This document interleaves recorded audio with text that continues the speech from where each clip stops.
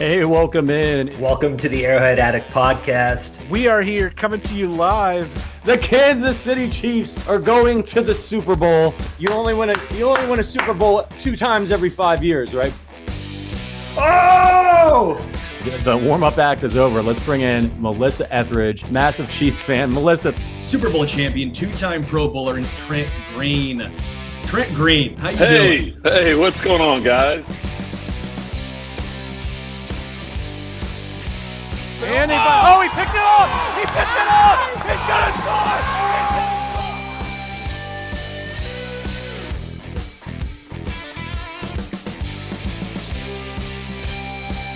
And we'll see you next week, but until then, as always, go Chiefs.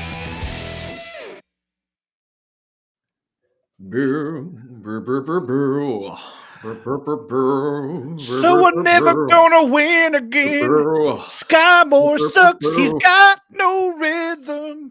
Though it's easy to pretend MVS is just a fool.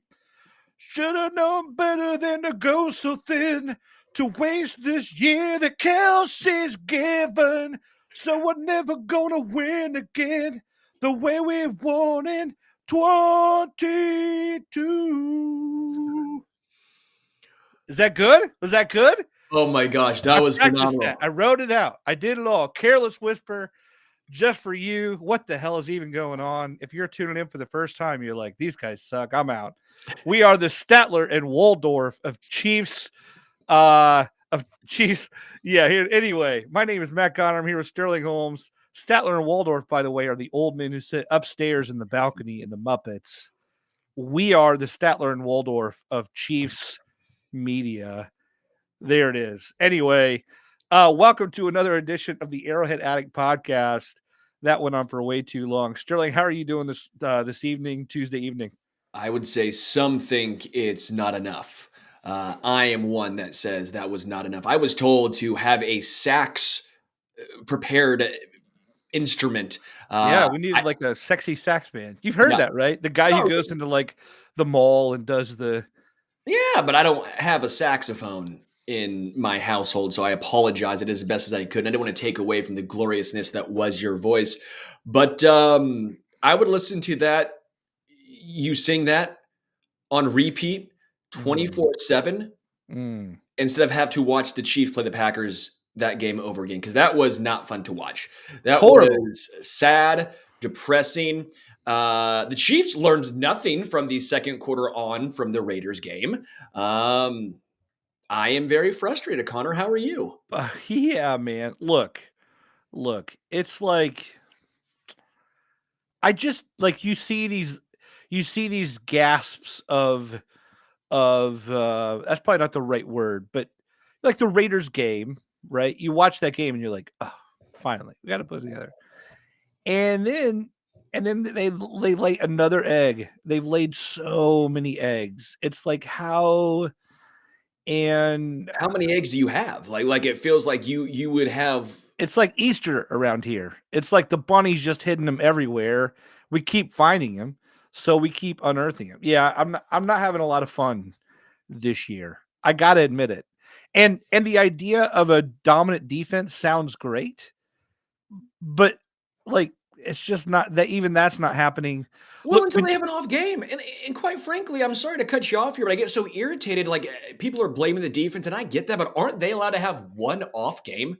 Right. This is the only game all season long we can point to and say, yeah, the defense didn't do their job. They struggled. Yeah, they struggled, and still give the Chiefs 3 opportunities to either take the lead or tie in the fourth quarter. Right. They did their job and the game was on the line, and the Chiefs offense, quite frankly, did not. So for, yes, the defense not doing that was their worst performance of the season. Same time, they gave the offense a chance. Yep. That was so frustrating to watch. With this year's version of Ben Neiman serving as a coordinator and leader in the heart of the defense, Jack Cochran, like within 5 plays, he's in the middle. He's there. Right, where you're already down Bolton, you lose Tranquil, you lose Cook in the beginning of the second half there, but from the beginning of the game, Cochran is like the man in the middle. Immediate mismatches there. Immediate. That's over. all kinds of crossing routes. The run game is wide open. There is so even just using motion, pre-snap motion to fool the guy who's supposed to be discerning all that stuff. I mean, the fact that the Chiefs even had a chance to win this game like that after some key fourth quarter defensive stops was a testament to how that depleted unit actually rose up and gave them that opportunity. So I actually want to give the defense credit when they came up and in the end the way that they did. But this offense, I just, the MVP conversation for Mahomes is over. 5 games left or not, it doesn't even matter. He's out. He's out of the picture completely. And at this point, you're just hoping that they get it together enough for when it really matters. That they get hot in the postseason run. That's fine. And that's happened before. It's happened before. Nothing's off limits. Folks, if you're here taking this in, we're going to be surveying what is really the weak ass AFC on this episode. Sterling, I wanted to break down with you because coming into the season, obviously the AFC looked like the superpower. Do you remember coming into this year? You're like, why is every good young quarterback having to come in the AFC because we're already loaded? Meanwhile, the NFC looked like you could get by with a strong front seven, like in Washington, and sneak into a playoff spot. That's what it looked like. It looked like you could be one-sided and make the playoffs in the NFC. Meanwhile, in the AFC, it looked like you had to have like a Herculean quarterback just to play ball, let alone, to try to advance to the Arrowhead Invitational or something. And yet you're looking around this year and you're like, is Denver just going to waltz into this thing? Like the first half of the season never happened. I mean, it's great. It's totally upside down. I know that there have been injuries and you can't ever predict that, but just overall, have you been shocked at the way the conferences have turned out? Yes and no, because the AFC is still a deeper conference than the NFC, right? The Vikings with Josh Dobbs might make the playoffs. But the NFC has been better than we expected, while the AFC has been bitten by a plethora of injuries to key players, which again, maybe no excuse. Look at the Bengals right there. Joe Burrow goes down. Jake Browning steps up. Incredible game from him. That was phenomenal. That's how you get a backup quarterback involved.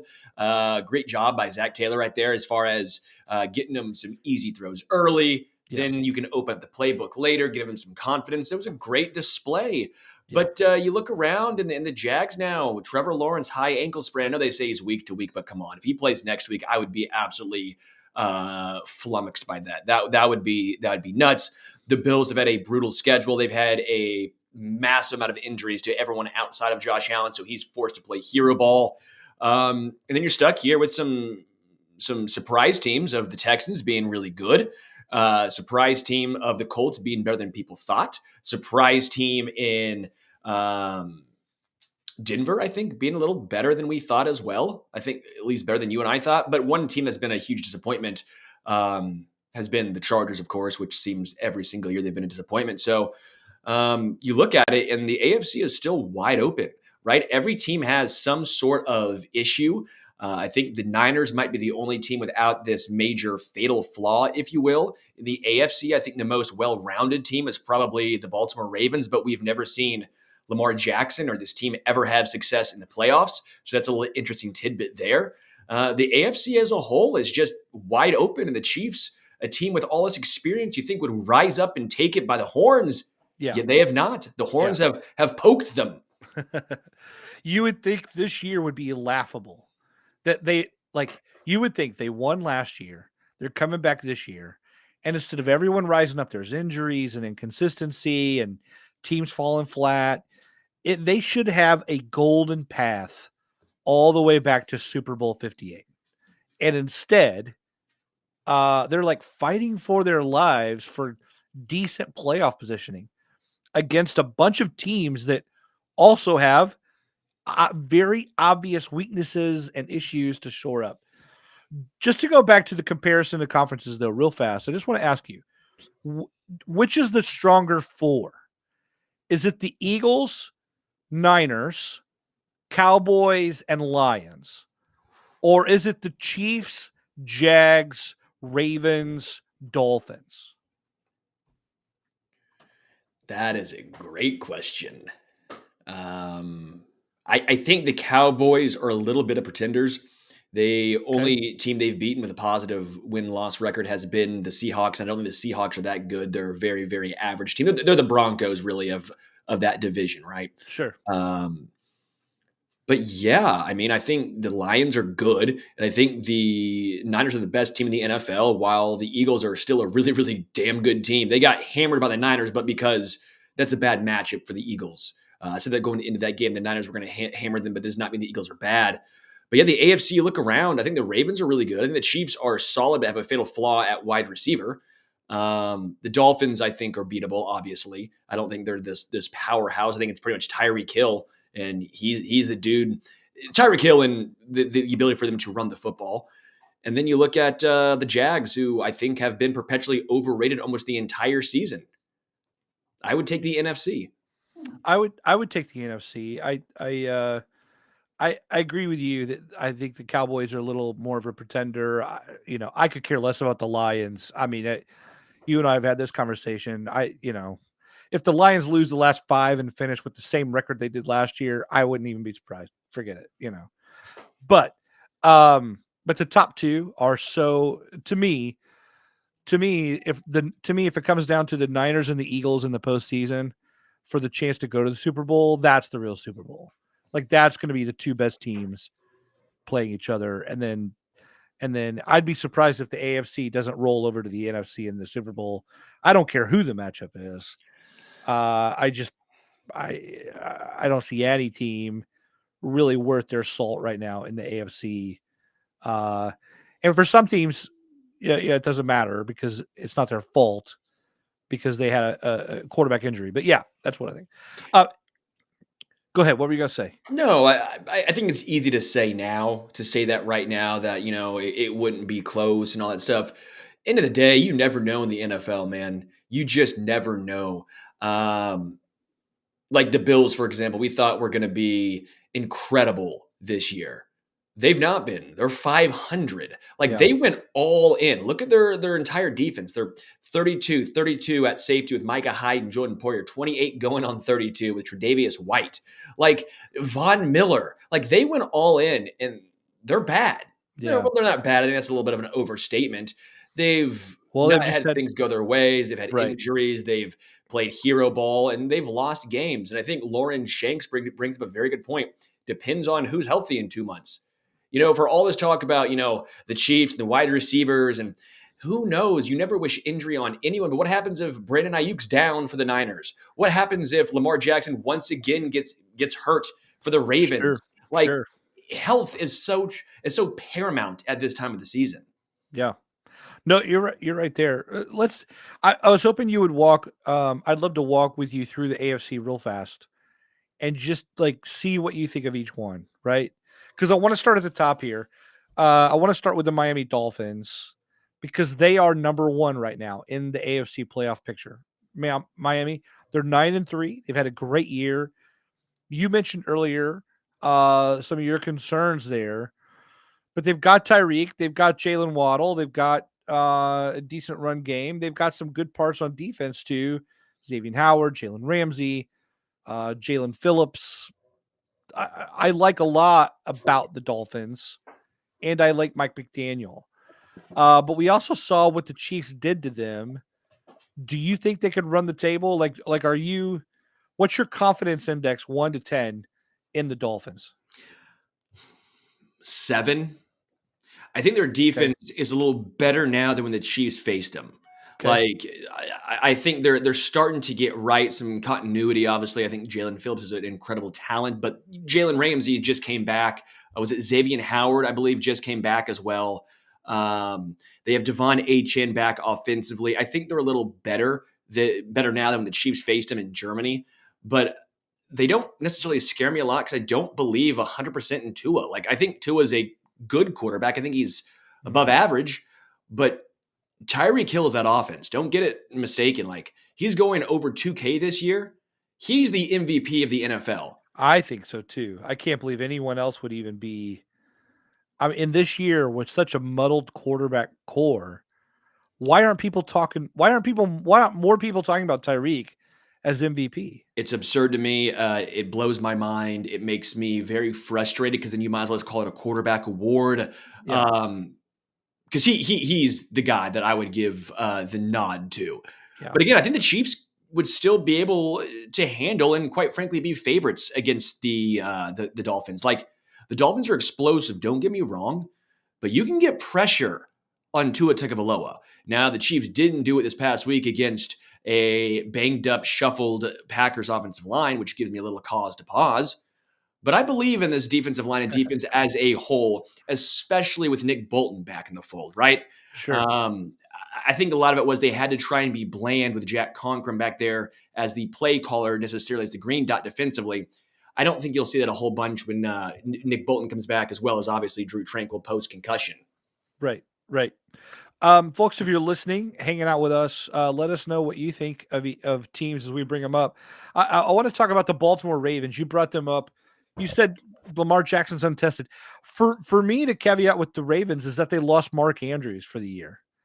And when you lose your primary, like if the Chiefs lost Kelsey, you would go, "Oh yeah, I'm not taking them that seriously." I wondered what you thought of that injury. Do you think that nullifies them enough? Is they do have Zay Flowers, they've got Odell, they've got some other weapons, so they're not. It's not like the Chiefs would lose Kelsey and then they have really nothing else there. Maybe Rashee Rice has risen up, but um, yeah. Do you think that ruins them, or what's your take on the Ravens? They still have a top 5 defense in the NFL. Lamar Jackson is still the focal point. While, yes, the Todd Monken at OC, they focused more on going vertically instead of horizontally, especially passing the rock, right? But I do think this is the best wide receiver core Lamar's ever had, right? With Rashad Bateman. Odell Beckham Jr. is not the same guy he once was, but he is still a threat. Yeah. You've seen him take over at least a game this season, which is pretty big. Zay Flowers is very, very solid. They have a couple of running backs they keep throwing out there, a good offensive line. They're still a good team without Mark Andrews. Isaiah Likely is interesting because he had that couple game stretch, I think it was last year, where everyone's like, Isaiah Likely's the next great tight end. And then everyone's like, oh, wait, maybe he's just a dude. That's why you don't get fooled by a couple great games or preseason. Again, I'm not saying he's going to be bad, but the hype of Isaiah Likely has likely slowed down to levels that I think are palatable. But I think they're still a dangerous team. Again, until they do in the playoffs, it's tough to really take them extremely serious. But when you have a quarterback as dynamic as Lamar with better weapons, a good offensive line, and a great defense, you're in every single game. Again, that's why I think Lamar in the AFC, that Ravens team is probably the most complete team that we've seen in the AFC so far. Yeah, yeah. Phantom 1090 says Baltimore has too many playoff gaffes to be considered a serious contender. Ronald Rodrigo, Lamar still improving in the playoffs. That seems to be the theme here. Hey, we've tried to see these guys before, they didn't work. We do have a super chat. Big thanks to Flapjack City for this. He says, "Hear me out. These anticipatory throws that Mahomes is doing with his wide receivers ain't working. At this point, just gas it and put it on the guy." Man, I have seen, by the way, thanks, Flapjack. We appreciate that very much. Sterling, do you agree with him, by the way? Like, what's your take? I think we've all seen that Sky Moore play broken down from every angle. Both Schwartz brothers went on the record about it. You see, like, analysts talk about it. Mahomes took the blame. Then Sky Moore explained what happened. It's like we've all gone under the hood for, like, why is my check engine light on? And 10 mechanics are standing around explaining it. What's your take on that and what Flapjack had to say? Well, let me be the 11th mechanic then. When it comes to that specific play with Sky, the rub never happened. Mahomes shouldn't have thrown the ball. The defense got a great read on it. He was dropped too far back because he saw a hand signal Mahomes did. Part of that could be because I heard Trent Green talk about this. He may have had to over-exaggerate the hand motion because they don't really trust Sky Moore to get it right the first time. So there's just so much miscommunication, so much, in my opinion here, again, this is me speaking, lack of trust between Mahomes and the wide receivers, I know that they want to say, I trust the guys, and Mahomes will always say that. And Mahomes is always going to take the blame. Yeah. He always will. He's never once even. And that's what makes him such a great leader, obviously. While it's a bad throw and Mahomes is not above reproach. That's a bad throw, should not have been intercepted. That's the difference, right? It should have been an incomplete pass. Sky should have kept going. And you're right. You're right. It shouldn't have been thrown. Same time, shouldn't have been intercepted. If he just runs his route correctly, if he just puts his hand up and knocks the ball down, they live to play another down. Yeah. They did not. Two things can be true, right? The one with MVS, as far as the deep ball, I'm not even as pissed off about the drop anymore. I'm perpetually pissed off at MVS's inability to understand where the open area is on deep balls. I'm perpetually confused on what he sees compared to where Mahomes is throwing the ball. Because Mahomes is throwing the ball to the open area where the safety is not over the top able to make a play on it. And MVS keeps going into the safety help. He's getting turned around like a pretzel. Like, the issue is, if you are a veteran and you're not coming back for the ball and your only skill set is being a deep ball technician and you are not a deep ball technician anymore, what value are you bringing to this team? And again, I was not a huge fan of necessarily bringing in DeAndre Hopkins. 2-year, $26 million is what he received. But when you look at the money that MVS is getting, about 10, 11 million per year, that is a DeAndre Hopkins. That is a Jacoby Myers. That is a good wide receiver. And they are not getting good wide receiver play from him, not even adequate wide receiver play from him. And you're telling me right now with a straight face, Kadarius Toney can't run the same deep routes that he is? Because if you're saying, well, he doesn't know the playbook, well, guess what? Neither does MVS, obviously. So what difference does it make? Right. And like Rashee Rice, the one time they allowed him to go deep, what happened? He drew a pass interference. Like, am I taking crazy pills? Like, oh, he's a veteran. He's got to be in there. What the? No, he does not have to be in there because he's getting paid a decent chunk of change and he's a veteran. He clearly has no idea what's going on. Throw you or me out there. It's not going to change. He doesn't have Devontae Adams anymore on the other side to make him look better. God, I'm frustrated. If we're talking about Pro Bowl campaigns for Nico Collins and Tank Dell because they have a decent quarterback for once in Houston, don't tell me that we can't elevate some rookie to at least provide like Cornell Powell, someone. I mean, is there really no one who knows what they're doing out there? It's driving me bananas. Oh, and don't get me started on the Texans. You just did it. You opened up a can of worms, pal. Okay? Opened up a can of worms. I'm going to come at you like a tornado mixed with a hurricane, all wrapped up in a tsunami. Because everyone keeps talking about, well, if Mahomes had the Texans' weapons, oh, yeah, the third rounder, Nico Collins. Oh, yeah, the third rounder, Tank Dell. Oh, yeah, Noah Brown, right? That's the guy you're talking about? Oh, what about Robert Woods? Robert Woods is MVS. The difference is, either they identify talent in the third round and they're able to hit, where the Chiefs obviously cannot identify talent at wide receiver. So this is a scouting issue. Either this is a developmental issue and those third rounders all of a sudden have grown into the players that they've once become. And what about the fact that, okay, maybe the scheme is just too hard for these guys to pick up because Sky Moore's not improved. He's regressed. McCole Hardman, quite frankly, never really improved that much. His rookie season might still have been his best season. I know he got injured last year, and that took away from what was a promising start, but come on now. Rashee Rice has been the only guy so far. So at what point are we sitting here going, all right, maybe they take the consensus guy, maybe they take a good talent, but the development's not happening? I don't know where the disconnect is, but it's happening only at wide receiver. Because going into this year, if you said you would have the Texans wide receiver core instead of the Chiefs, you would have been laughed at. You would have been laughed at. I don't even know that I would still want them. I mean, on paper, they look so much better, or on the actual results. But Robert Woods and that crew, it's not. It. I guess here's what confuses me. Why isn't Patrick Mahomes elevating this core?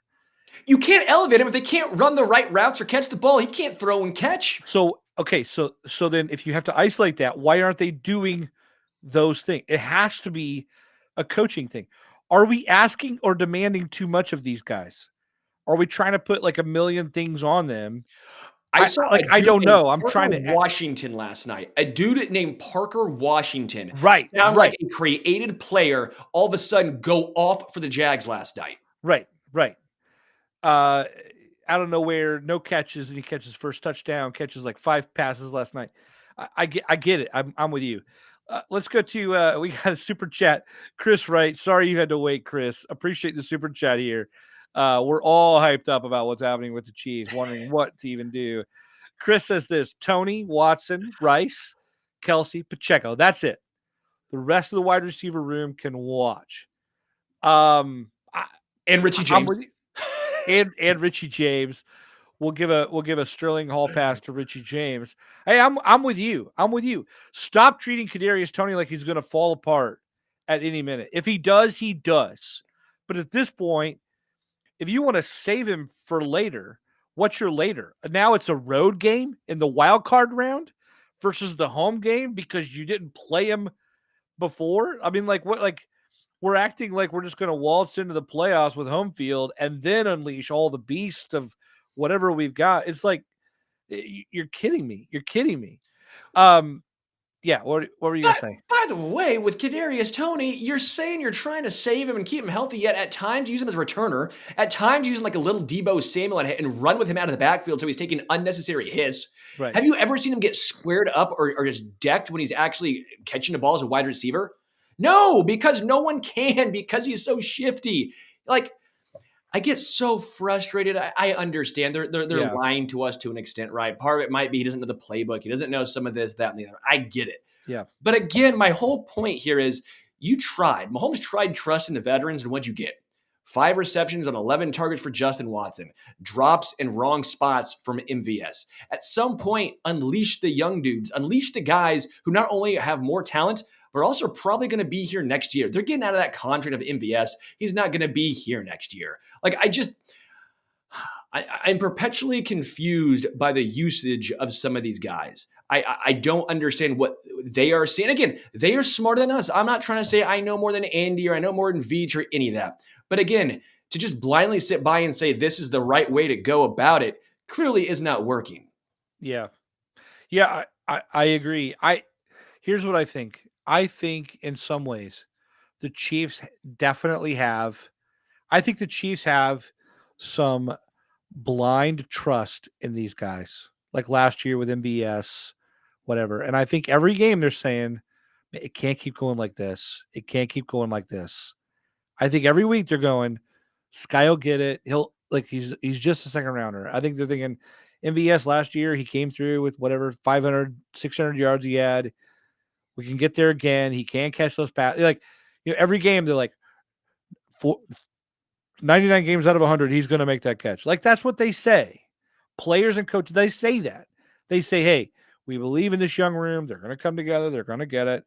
And game after game after game, we continue to see Mahomes having to take the blame. Like, oh, I just shouldn't have put it there. Oh, I just shouldn't have thrown that pass. Oh, I just should have. Andy says, I just should have made a better call. And there's something wrong with that. So I don't know, man. I think in a way they're holding out for something. And maybe it's because they know, what can we do? Who's there? You want Cornell Powell? Is he going to pull up to the stadium and go, all right, guys, I'm here. Cornell's here, by the way. I'm good. Is it going to be the I don't know what do you want there? So I think, by the way, going back to the super chat here from Chris Wright, he's right. Look, some of those other guys should be sitting, and some of these other guys should be playing heavy reps. So yeah, we're with you. But yeah, it's maddening for sure. A couple questions I want to get to. One from Steve. Really appreciate this one. Says, Sterling, I think there's more to this. The option route crap has complicated the learning of this offense and how Mahomes reads the wide receivers. Well, I would agree with that. And I've said this before, the convolutedness of what happens with Mahomes and the wide receivers makes it tougher for young guys to get on the same page. That was why, if you heard in the presser, I want to say it was Friday, I forget what day it was. And they said that Rashee Rice was becoming Mahomes friendly. What that means is when the play dies, when the first play is gone, what happens? Do they continuously try and work towards and get open for him, or do they stop? Rashee Rice is a guy who's done that. He seemingly is grown in that role of, okay, now I'm starting to see the game through Mahomes' eyes. There's very few players that see it through Mahomes' eyes, and that's been the issue here, right? They're not just they don't just run curls and slants, right? It's a lot of choice routes. As you mentioned, there are a lot of option routes. And a lot of these wide receivers, they're not picking up on the defense. They're not understanding the correct spot to be in, and that is the issue. It's too difficult for these guys. And again, I'll go back to it. We are kind of, I don't want to say overreacting, but are we spoiled a little bit? The Chiefs are 8-4. They're going to win the AFC West again. They're going to the playoffs. We know all this stuff. But at the same time, you see the talent on this team. You see this team just win a Super Bowl with not much of a different roster. The defense is playing lights out, and you're sitting here going, this AFC is wide open. Why are they not taking it? Yeah. We are spoiled, but also, look, man, you can be critical of something that you appreciate. Look, I can say, you can have a good relationship with someone, but it doesn't mean there aren't things you need to work on. Same thing with the Chiefs, right? Brett Veach has been a hell of a GM for the last couple of years. He also blew the first couple classes, and there are still issues that need to be shored up. Andy Reid could be a Hall of Fame coach, an all-time legend. It doesn't mean he hasn't made two different fan bases just go bananas with the way he manages the clock or short yardage situations or whatever. So look, there's ways to talk about this. They have nuance and layers to both sides. I want to go back to what you just said. We all praise Travis Kelce for, how do I say this? We praise Travis Kelce for the fact that he's on the same wavelength as Mahomes. And people say, these two have this connection that's just otherworldly. He knows exactly where he's supposed to go. And I'm thinking, if you need a decade and of all pro caliber talent to learn how to play with Mahomes, right? To find the soft spot, to know exactly what he needs. If that's what it takes to succeed with him, is having 10 years of NFL experience, then you're screwed as a rookie. How do you Kelce did it his first year with Mahomes too. Kelce was out his whole first year. Well, okay, but the first year with Mahomes that he played with him. Oh, with Mahomes, they were on the same page. Okay, well, but Mahomes wasn't Juju there did either. last year. I think good point from Ronald in the chat. Juju was able to pick it up last year, right? But Juju already had so much in the league. Is there a disconnect in onboarding guys? Is what I'm asking. And yeah, I don't know. I don't know. I'm asking legit questions. I don't have legit answers here, but I'm saying, is this the coaching thing? Are they just trying to cram a university level course into high school guys right now, trying to bring them on board? Hey, we run a complicated offense and we're Super Bowl champs, so here you go. And it's yo, man, let me just, I don't know. I don't know what to make of it. Can I say, I want to talk about Connor Embry very quickly here, the wide receiver coach for Kansas City. He's cut a lot of flack, and I'm not saying some of it's not deserved, but I don't want to completely blame him. I was talking to Mark Richter yesterday on Monday evening, former Chiefs wide receiver. And he's coaching can make a difference. Obviously, wide receiver coaches can make a difference. If you have a Hall of Fame guy, that definitely helps. But it's not like he's, I keep saying he's in over his head his first year as a wide receiver coach. He was basically saying he's taken the normal path, quality control, off. That's what you do to become the wide receiver coach. It's not like it's out of the ordinary. I know a lot of people are saying, well, it's his first year, he shouldn't be doing this. This is the path that typically gets taken. So that's not out of the ordinary. Okay. And the second thing was, and I brought this up to him, and he thought it was a valid point. The wide receivers have not developed even pre-Connor Embry. So why are we all of a sudden blaming him for issues that have been there before he got here or before he was in this role, right? I mentioned McCole Hardman. Where was the development of a second rounder he was supposed to have? What about Sky Moore? He looked solid last year, I guess, to an extent, but he didn't play a ton. MVS has shown regression, but it's not like the wide receiver coach is all going to suddenly make a veteran turn from an average player to a horrendous one. Like that's not his role there. So I think we're trying to find a scapegoat, and we're going down the list. And now Connor Embree's the name. I'm not saying he's great. I'm not saying he's not. He shouldn't have some of the blame. But I'm saying only blaming him to me seems like a little far fetched. Yeah, yeah, I get it. I agree with you. I totally get it. I want to go to a super chat here. Bumpa BB, love that name by the way. That's fun to say. Bumpa BB. Bumpa. Anyway, it says this: Beach looked 34-year-old Kelsey in the eyes and says, "It's on you." Yeah, let's talk about that for just a second. Look, when Kelsey's setting personal highs and bests and records, who wants to draft a tight end and then have Travis Kelsey with 1,000-yard seasons through his age 36, 37 year, and you're like, well, we drafted a better Noah Gray, right? Like who wants that, right? So when you look at Kelsey's body of work, I mean, I get what you're saying, but you almost have to take the chance. Like, man, if he's cruising, he's cruising. And we have other needs. When you look at the draft, the way the draft fell in the draft class last year, everyone's crying foul over FAU, Felix Anudike Uzoma, by the way. Everyone's crying foul the fact that he hasn't played, but that's exactly what everyone wanted the last couple of years of like, we need fresh blood on the outside. You got to have those guys. It takes a year to really learn it. Because we knew Frank Clark was leaving. You can't rent Carlos Dunlaps every year. You need those young guys on the edge to build that line. So, like, when they made the pick, it was like, good, you need more of that. That's what the Eagles do. That's what those teams do, is build out the lines. And then second round was Rashee Rice. That's turned out great. Third round, Wanye Morris. By the way, Wanye freaking, I've been beating the drum. By the way, I don't know if you remember this, Sterling. My bold prediction to start the year was Wanye Morris would be the starting left tackle after the bye week. It took a little bit longer. But Donovan, see ya. I love having Wanye Morris there. I love how cheap he is. I love how that looks.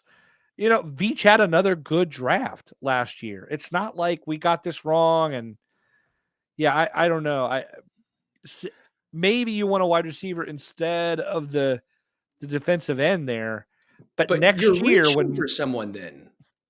Say what? Then you're reaching for someone then, because the clear cut 4 wide receivers, and I was not in on Quentin Johnson even, and he went in the first round. Right. All went before then. And from all reports, the Chiefs tried to get up. Right. It didn't matter. It takes 2 to tango. So for everyone who's angry about FAU saying they should have drafted a wide receiver, what do you do?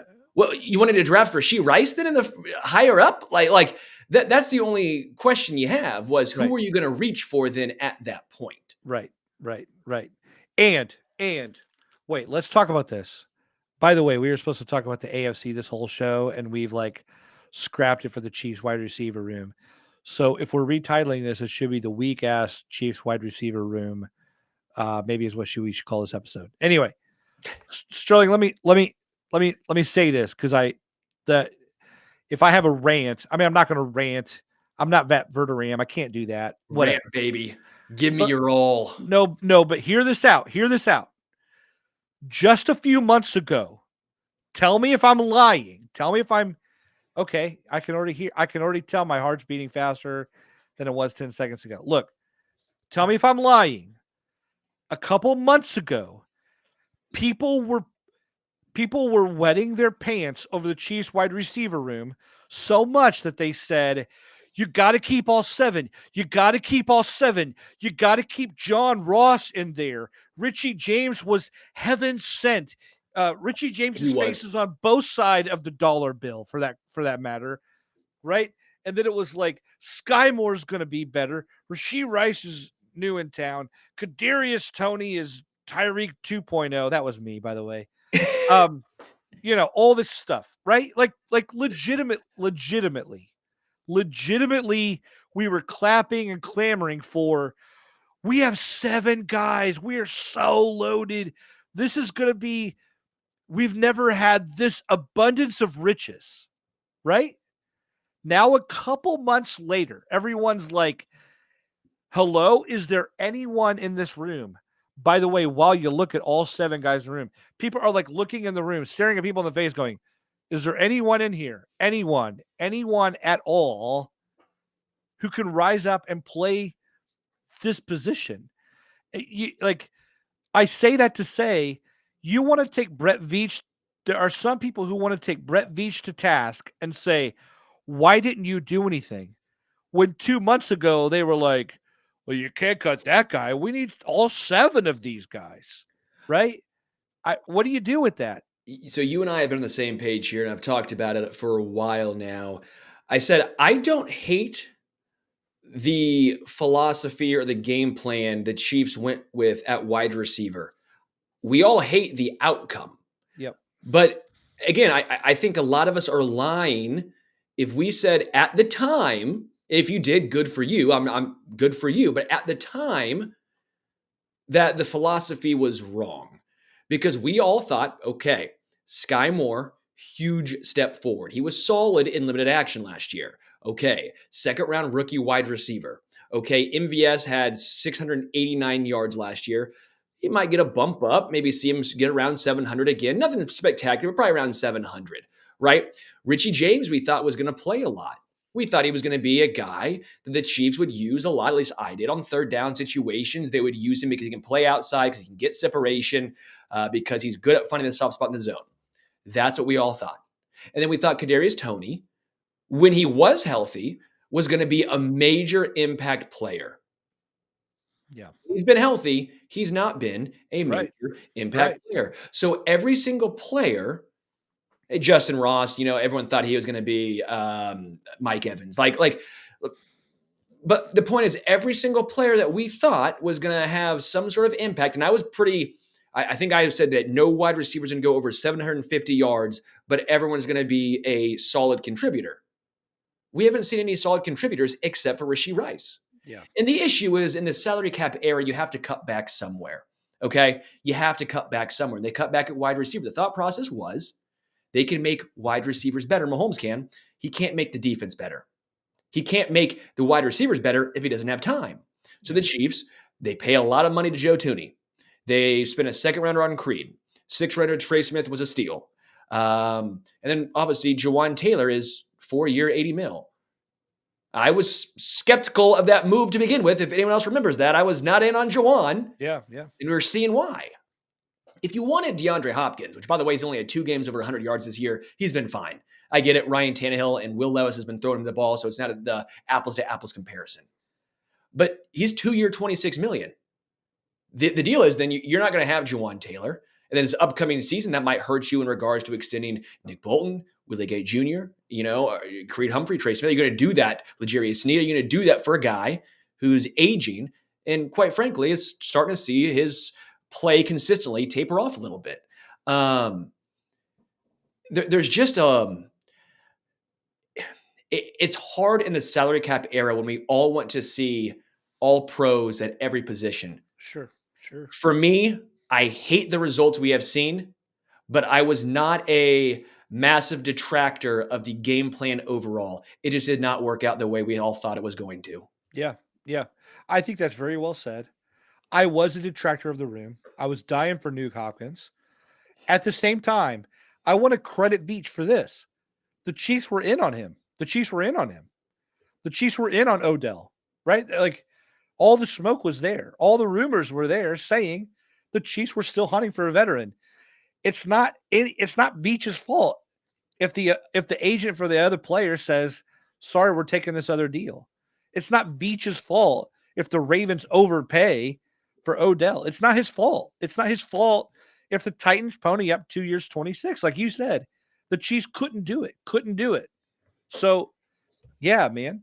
And by the way, getting a better defense and a sound offensive line, that's a good philosophy. That's not, Veach is not an idiot. This is not like, I know we all want to play front office simulator and do this thing. And it's fun to do that. I like to do it too. But let's be honest about weaknesses. Let's be honest about what we don't know. Let's be honest about limitations and then proceed accordingly. And remember, Veach wanted help too. It just wasn't there. You can't supply what's not resourced. There you go. And also Chris Jones, as I see there from Bumpa BB again, Chris Jones negotiations obviously made things a lot more difficult when you think you're going to have some money to work with and potentially go out and get a wide receiver. But then, of course, you cannot anymore when you don't have money to actually spend on said wide receivers. And again, the thought process is, for me, the defense, we saw what it was. You don't want to have to make Mahomes, the offense, go out and score 35 a game. You go, all right, let's spend a lot of draft capital in the defense. First rounder FAU, first rounder Carl Loftus, first rounder Trent McDuffie, second rounder Nick Bolton, second rounder Willie Gay Jr., third rounder Leo Chenal, right? Second rounder Brian Cook. That has been where a ton of draft capital, and again, the offseason moves, Mike Edwards, Drew Tranquill, Charles Omenihu, that's what they've been trying to bolster. They swung the pendulum so far offense in the past in 2018, and they put all their major resources into the defense, and now you're stuck on a defensive-oriented team with not a lot of weapons left for Mahomes. If there's anything that hurt, it's that Veach punted an entire draft class when he first started. There was not one player from that group, Derek Nottie, if you want to say it. 127 out of 127. Was that what the PFF number was on Derek Nottie? Oh, I don't know. It showed up on the screen. I think he was 127 of 127. Oh, that's brutal. I mean, that hurts.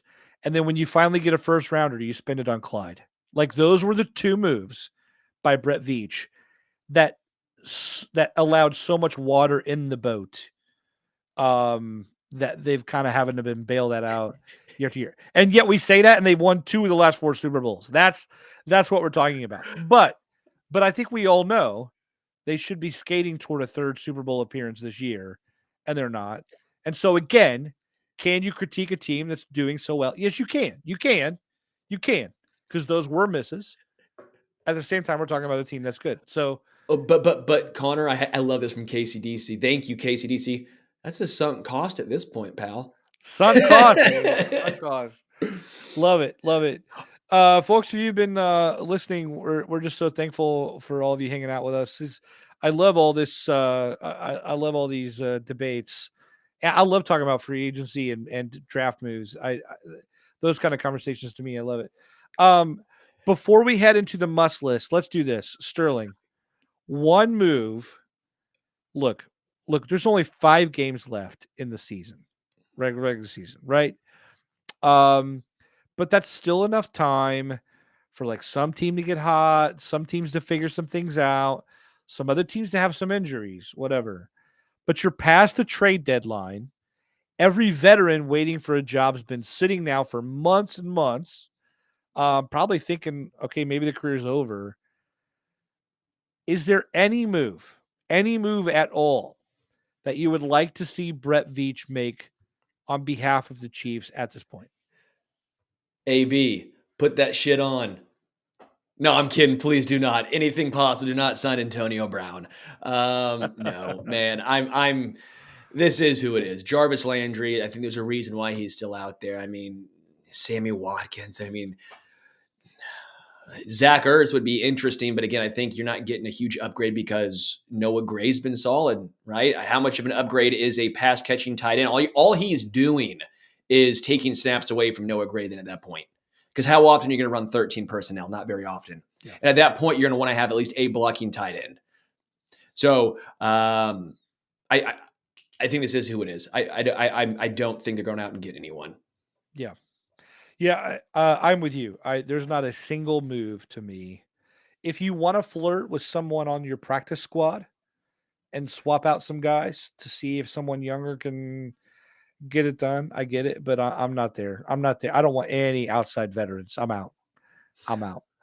Can I give one positive thought before we bring in Richard for our must list?